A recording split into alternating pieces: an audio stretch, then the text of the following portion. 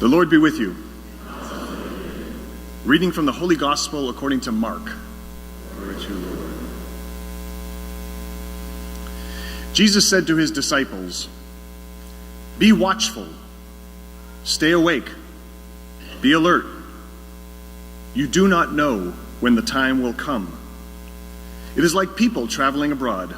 They leave their home and place their servants in charge, each with a certain task, and order the gatekeeper to be on the watch.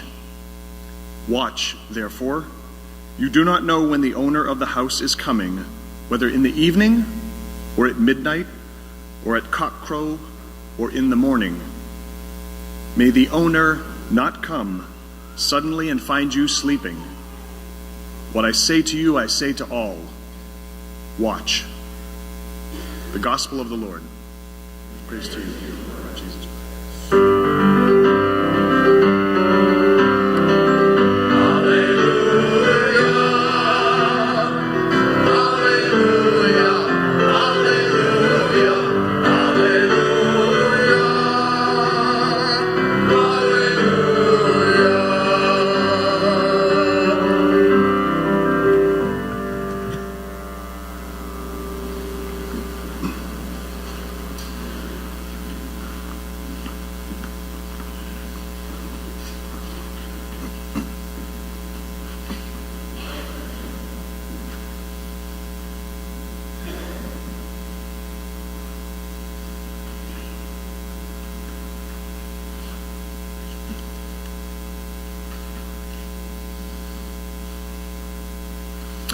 So a priest and a pastor from some local churches are standing at the roadside, and they are pounding a sign into the ground.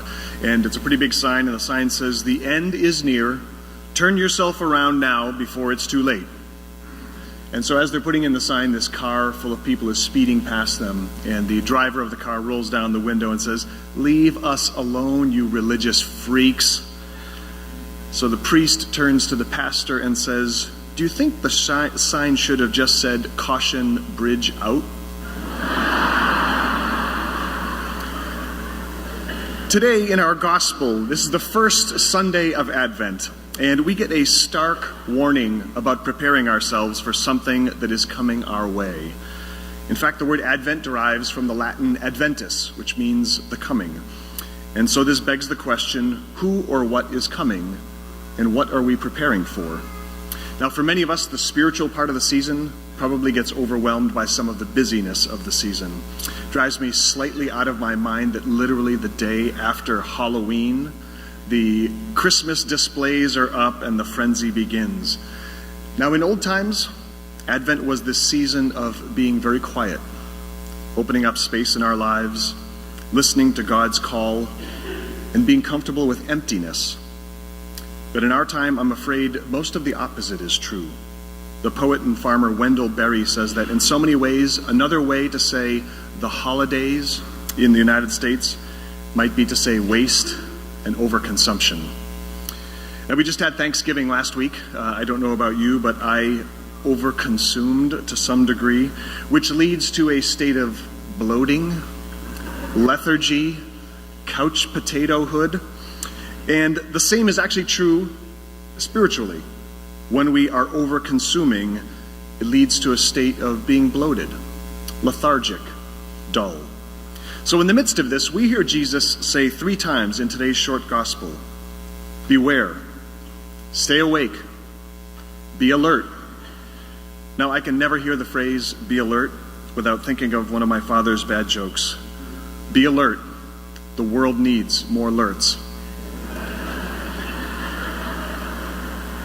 Apparently, back in the 80s, there were posters with that stuff and probably t-shirts, but thanks, Dad. Now, historically, when we hear passages like the one we heard today from Mark, we were taught that the gospel writer was talking about the second coming of Jesus, that somehow we're supposed to live with the expectation of the rapture, and so that when God comes back, we're caught doing the right things. But Bob Marley said it well back in the 70s when he said, "Most people think great God will come from the skies, take away everything and make everybody feel high. But if you know what life is worth, you will look for yours on earth." And modern biblical scholarship is teaching us that Mark's Jesus was not trying to give us instructions on how to prepare for some kind of future event, so much as how to live as a community in resistance, here and now. Jesus seemed to know that being awake is very deeply connected to being in resistance. But awake to what? And alert to what? If I had to give it one word, I would say connection. God wants us to stay awake to our connection to each other and to our earth. And if we are moving too fast, or if our senses are dulled, we just can't do that. Now, there's also a phrase that gained a lot of popularity post-Ferguson that I think Jesus would have said to us as well: stay woke. And while this derives from the phrase stay awake, its meaning is much more focused on noticing the apparatus of oppression that is in our midst. Stay awake and stay woke. Now, if you want to hear a really good sermon, I suggest you listen to Martin Luther King's Remaining Awake During a Great Revolution. And in it, he uses the story of Rip Van Winkle as a teaching story. Now, maybe you've heard the story of Rip Van Winkle, but as you may recall, Rip is not the hardest worker. And he just wanted to kind of cruise through life.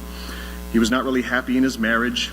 He liked to drink a little bit and just kind of loved to distract himself with games. So one day he goes into the mountains for some festivities, and after a bit he gets tired and falls asleep for 20 years. And he slept right through the American Revolution. Now, Martin Luther King says, while he was peacefully snoring up in the mountain, a revolution was taking place that at points would change the course of history, and Rip knew nothing about it.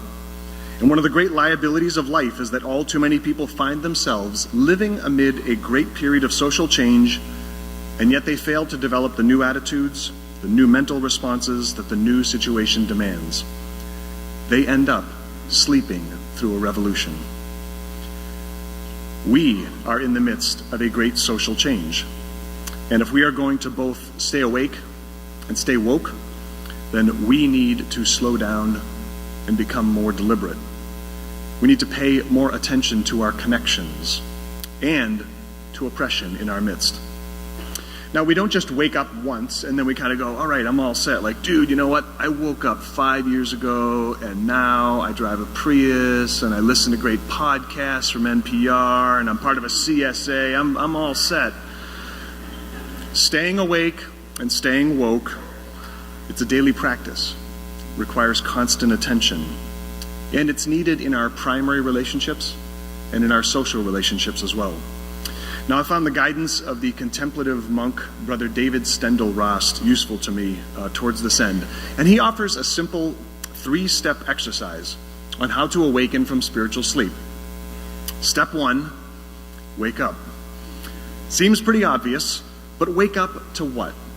He says we need to wake up to surprise, to curiosity. He says as long as nothing surprises us, we walk through life in a daze. And I'd invite you to think about how many relationships you might be in, or that I'm in, where almost nothing about our partner, our children, our friends, our coworkers, or strangers makes us curious anymore. We're just sort of in routine relationships.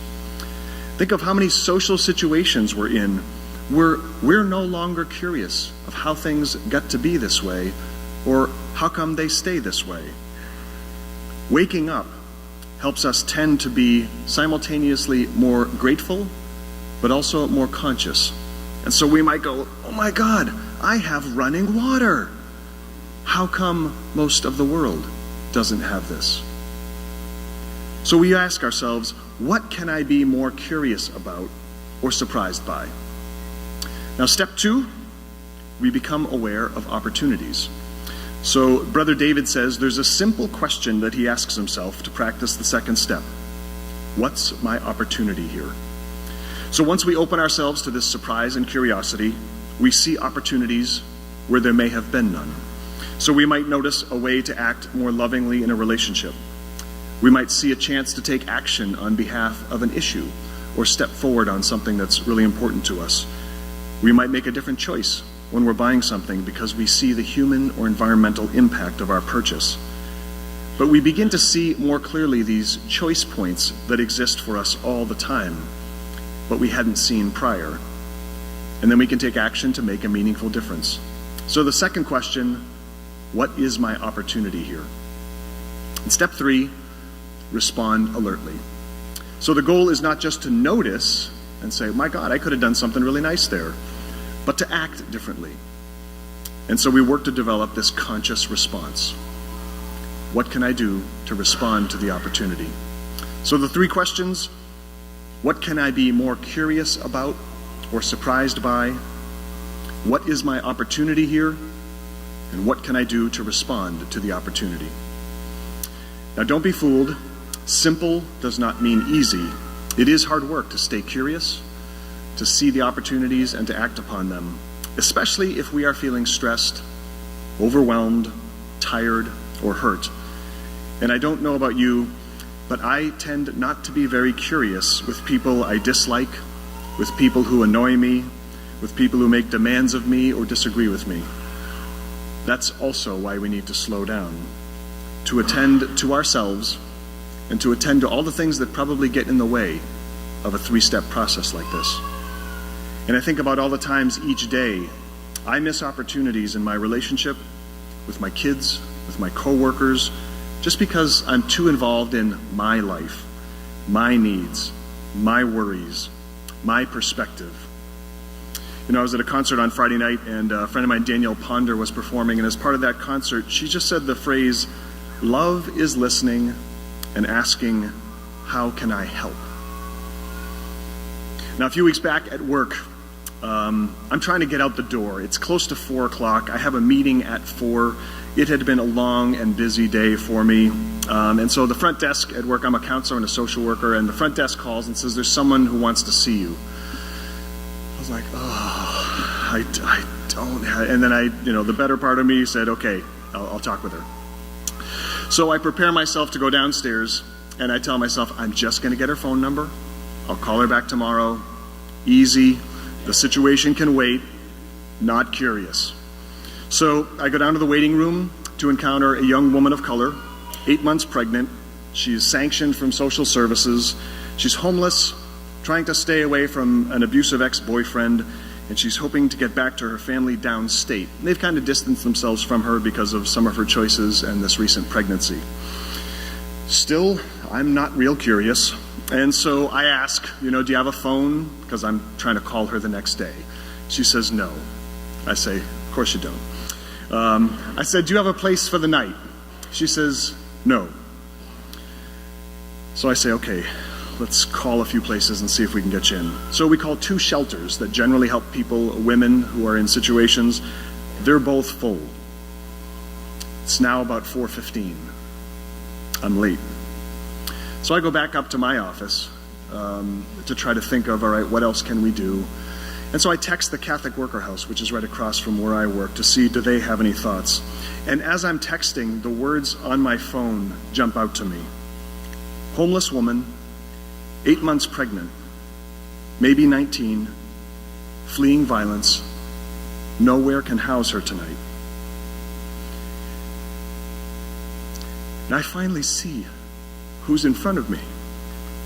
And I start to cry at my desk. Now here I am, Mr. Preacher, social minister, Bible study leader, on the cusp of the Advent season. And I almost missed an opportunity to be present to a teenage, unwed mom about to give birth, fleeing violence, who had nowhere to stay for the night. Does that sound remotely familiar? And I can imagine God being like, I practically gift wrapped this for you, Mike. How can you not see it? But these opportunities are awfully easy to miss if we're not looking for them. And imagine if that one was that obvious and I missed it. What about the ones that are far less obvious? What is my opportunity here? By the way, the Catholic worker did put her on a bus that evening and send her back downstate to her family.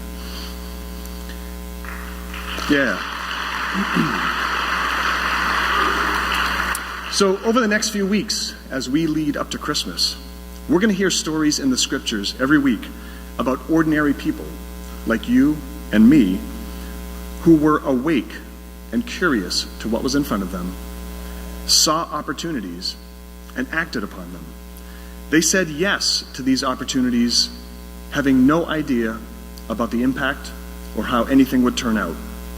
And some of these yeses were to the people closest to them, and some were about being part of the revolution that was happening around them. That is the Advent journey, saying yes to opportunities when they find us, and often when we least expect it. There's a great song out these days by a group called Coldplay and the Chainsmokers called Something Just Like This. And I think about the lyrics in terms of Advent and God's invitation to us. It says, she said, "Where'd you want to go? How much do you want to risk? I'm not looking for somebody with some superhuman gifts, some superhero, some fairy tale bliss. Just looking for somebody I can turn to, somebody I can kiss." This Advent, we don't need to be superheroes, just someone who God can turn to as we think about where we want to go and how much we want to risk.